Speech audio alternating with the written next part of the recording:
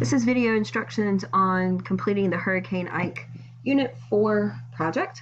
This first page kind of breaks up the work for you over the next 3 weeks, which is how long this project will be, or this unit will be. So that will help you keep up and not have so much to do the last week right before the test and also right before Thanksgiving break.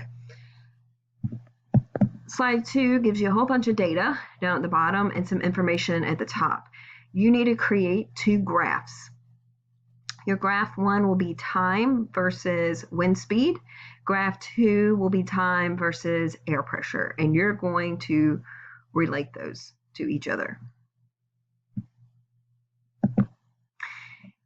Here you will see this video once I'm done right here. I will put this video in this presentation for you to watch again if you need to. And you will use the data from this link right here if you are graphing in Google Sheets. And I'm going to show you in a second on how to do that.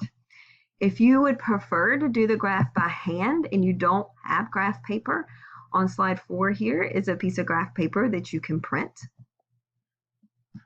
Slide 5 and 6 are where you will insert your graphs.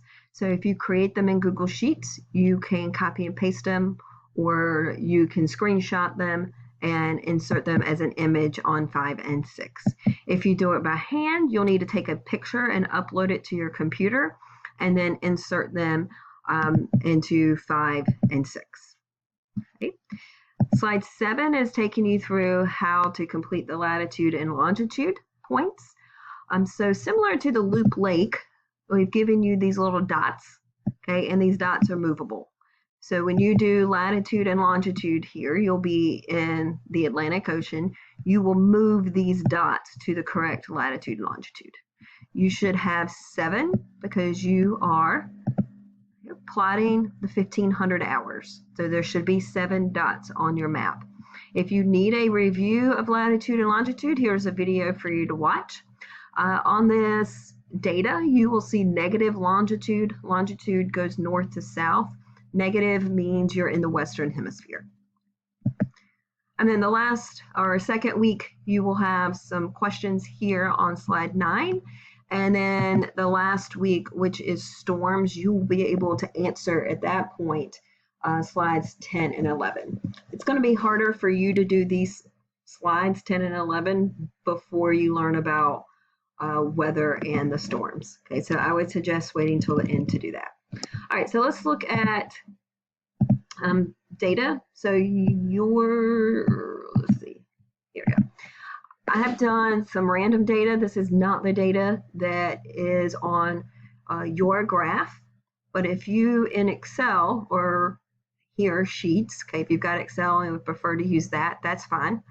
When you open up your data, you will see this. This is all the data that you will have.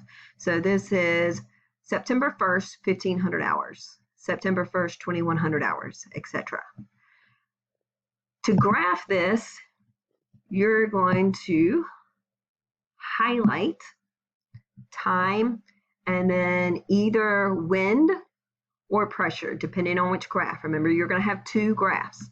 Since time is on your x-axis for each graph, that needs to be in your first column when you're highlighting.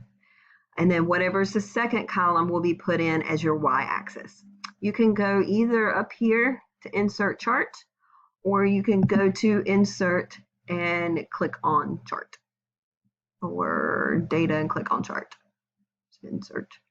Yeah, insert and click on chart right there. So let's just do that. And there we go. You need to look at a few things. You know, this height in centimeters versus time in weeks doesn't tell me a whole lot. So you need to go in under Customize when you complete your graph, and you need to change your chart title.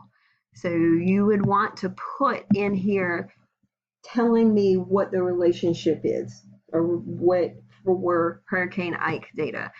Your graph should always have a title that includes all the variables that are represented. So that's your x-axis and your y-axis.